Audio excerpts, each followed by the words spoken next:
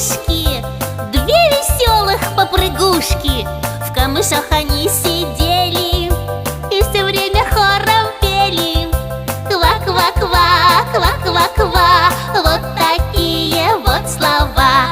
В камышах они сидели и все время хором пели, повторяли ква-ква-ква. Но была одна лягушка, очень-очень непослушной. Муху в небе увидела